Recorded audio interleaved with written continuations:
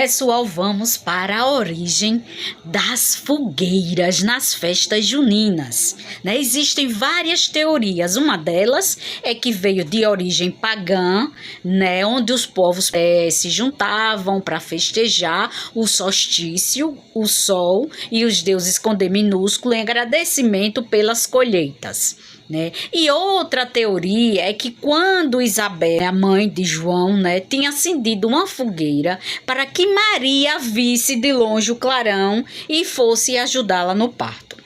Mas na Bíblia, na palavra de Deus, tem dizendo que Maria foi à casa de Isabel. Isabel estava com 6 meses de gravidez de João.